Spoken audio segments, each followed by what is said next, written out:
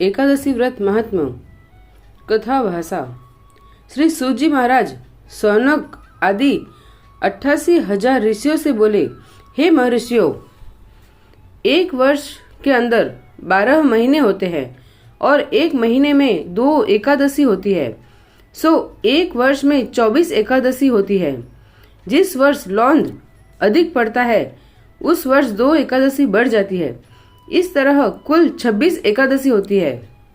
उसमें उत्पन्ना, मोक्षदा, मोक्ष प्रदान करने वाली और सफलता देने वाली, पुत्रदा, पुत्र को देने वाली, षटतिला, जया, विजया, आमलकी, पापमोचनी, पापों को नष्ट करने वाली, कामदा, बरुथनी, मोहिनी, अपरा, निर्जला, योगिनी, देवशयनी, कामिदा, पुत्रदा, अजा, परिवर्तनी, इंद्र, पापांकुशा, रमा, देवोत्यानी, लौंद अधिक की दोनों एकादशियों का नाम क्रमानुसार पद्मिनी और परमा है। ये सब एकादशी यथा नाम तथा गुण वाली है। इन एकादशियों के नाम तथा गुण उनके व्रत की कथा सुनने से मालूम होंगे। जो मनुष्य इन एकादशियों के व्रत को शास्त्रानुसार करते हैं उन्हें उसी के फल की प्राप्ति होती है। नैमिषारण्य क्षेत्र में श्री सूत जी ब्राह्मणों से बोले, हे ब्राह्मणों, विधि सहित इस एकादशी महात्म्य को भगवान श्री कृष्ण ने कहा था। प्रेमी जन ही इस व्रत की उत्पत्ति को प्रेम पूर्वक सुनते हैं और इस लोक में अनेकों सुखों को भोग कर अंत में विष्णु पद को प्राप्त करते हैं। श्री सूत जी बोले, हे ब्राह्मणों, सबसे प्रथम इस एकादशी महात्म्य को भगवान श्री कृष्ण ने अर्जुन से कहा था। उसी के अनुसार मैं आपसे कहता हूँ। अर्जुन ने कहा, हे जनार्दन, इस एकादशी व्रत का महात्म्य क्या है? इस व्रत के करने से क्या पुण्य मिलता है और इसकी विधि क्या है? सो आप मुझसे कहिए। ऐसा सुनकर श्री भगवान ने कहा, हे अर्जुन, सबसे पहले हेमंत ऋतु के मार्गशीर्ष महीने में कृष्ण पक्ष की एकादशी का व्रत करना चाहिए। 10वीं की शाम को दातून करना चाहिए और रात को भोजन नहीं करना चाहिए। एकादशी को सुबह संकल्प नियम के अनुसार कार्य करना चाहिए। दोपहर में संकल्प पूर्वक नदी, सरोवर, बावड़ी, कुआं आदि में से किसी में स्नान करना चाहिए। स्नान करने के पहले शरीर पर मिट्टी का चंदन लगाना चाहिए। चंदन लगाने का मंत्र इस प्रकार है, अश्व क्रांते, रथ क्रांते, विष्णु क्रांते, वसुंधरे, उद्रतापी, बराहेण, कृष्णेन सतबाहुना, मृत्यु के हर में पापम, यन्मया पूर्वम संचितम, त्वयाह तेन पापेन गच्छामि परमागतिम। व्रत करने वाले को स्नान करने के पश्चात पापी, चोर, पाखंडी, दूसरे की बुराई करने वाला, पर स्त्री गमन करने वाला, दुराचारी, दूसरे के धन को चुराने वाला, मंदिरों में चोरी करने वाला, इन सब मनुष्यों से बात नहीं करनी चाहिए। यदि अनजाने में इनसे बात हो जाए तो इस पाप को दूर करने के लिए सूर्य नारायण के दर्शन करने चाहिए। स्नान के बाद धूप, दीप, नैवेद्य से भगवान का पूजन करना चाहिए। रात को दीपदान करना चाहिए। ये सत्कर्म भक्ति पूर्वक करने चाहिए। उस रात को नींद और स्त्री प्रसंग को त्याग देना चाहिए। एकादशी के दिन तथा रात्रि को भजन, सत्संग आदि कर्मों में व्यतीत करनी चाहिए। उस दिन श्रद्धा पूर्वक ब्राह्मणों को दक्षिणा देनी चाहिए और उनसे अपनी गलतियों की क्षमा मांगनी चाहिए। धार्मिक जनों को शुक्ल और कृष्ण पक्ष की दोनों एकादशियों को एक साथ समझना चाहिए। उनमें भेद मानना उचित नहीं है। ऊपर लिखी विधि के अनुसार जो मनुष्य एकादशी का व्रत करते हैं उनको शंखोद्वार तीर्थ में स्नान एवं दर्शन करने से जो पुण्य मिलता है वह एकादशी व्रत के पुण्य के 16वें भाग के बराबर भी नहीं है। व्यतीत योग में, संक्रांति में तथा चंद्र ग्रहण में दान देने से और कुरुक्षेत्र में स्नान करने से जो पुण्य प्राप्त होता है वही पुण्य मनुष्य को एकादशी का व्रत करने से मिलता है। अश्वमेध यज्ञ करने से जो पुण्य प्राप्त होता है उससे 100 गुना पुण्य एकादशी को उपवास करने से मिलता है। 1000 तपस्वियों को 60 वर्ष तक भोजन कराने से जो फल मिलता है वह फल इस एकादशी का व्रत करने से प्राप्त होता है। जो पुण्य वेद पाठी ब्राह्मण को 1000 गौदान करने से मिलता है उससे 10 गुना अधिक पुण्य एकादशी का व्रत करने से मिलता है। 10 श्रेष्ठ ब्राह्मणों को भोजन कराने से जो पुण्य मिलता है वह एकादशी के पुण्य के 10वें भाग के बराबर होता है। 10 उत्तम ब्राह्मणों को भोजन कराने में जो पुण्य मिलता है उतना ही पुण्य एक ब्रह्मचारी को भोजन कराने से होता है। इस पुण्य से 1000 गुना पुण्य कन्या और भूमिदान करने से प्राप्त होता है। कन्या और भूमिदान के पुण्य से 10 गुना पुण्य विद्यादान से 10 गुना पुण्य भूखे को भोजन कराने से होता है। अन्नदान के बराबर संसार में कोई दूसरा पुण्य नहीं है।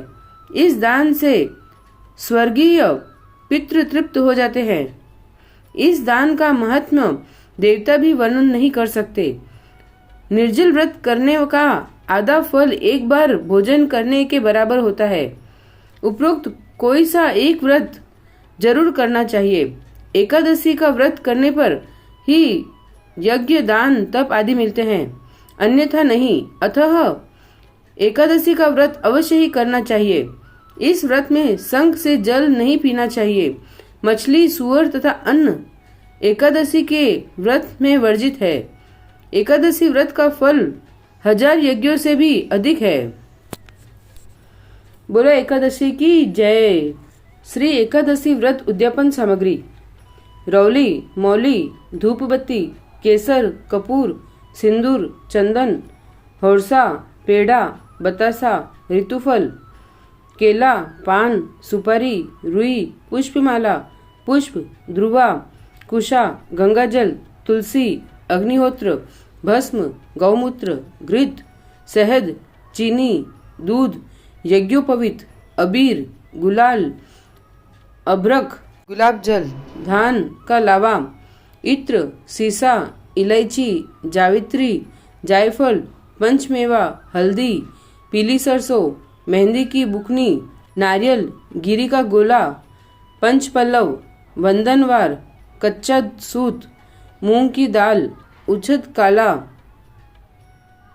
सूप, बिल्व पत्र, भोजपत्र, पंचरत्न, सर्वौषधि, सप्तमृत्तिका, सप्तधान्य, पंचरंग, नवग्रह, समिधा, चौकी, पीढ़ा, घंटा, शंख, कंटिया, कलश, गंगा सागर, कटोरी, कटोरा, चरुस्थाली, आज्यस्थाली, बाल्टी, कलछी, सडासी, चिमटा, प्रधान प्रतिमा सुवर्ण की, प्रधान प्रतिमा चांदी की कटोरी, पंचपात्र, आचमनी, अर्धा, तष्टा, सुवर्ण जिह्वा, सुवर्ण सलाका, सिंहासन, छत्र, चमर, तिल, चावल, यव, घृत, चीनी, पंचमेवा, भोजनपत्र, बालू, ईंट, हवनार्थ, लकड़ी, आम की गोईठा, दियासलाई और यज्ञपात।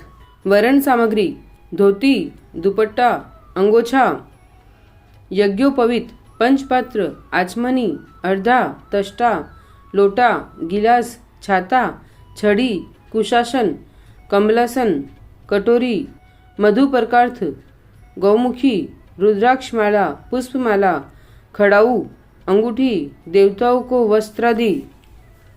सैया सामग्री: प्रतिमा विष्णु भगवान की, पलंग, तकिया, चादर, दरी, रजाई, पहनने के वस्त्र, छाता, जूता, खड़ाऊ, पुस्तक, आसन, सीस, घंटी, पानदान, छत्रदान, भोजन के बर्तन, चूल्हा, लालटेन, पंखा, अन्न, घृत, आभूषण। ये सारे उद्यापन की सामग्री है।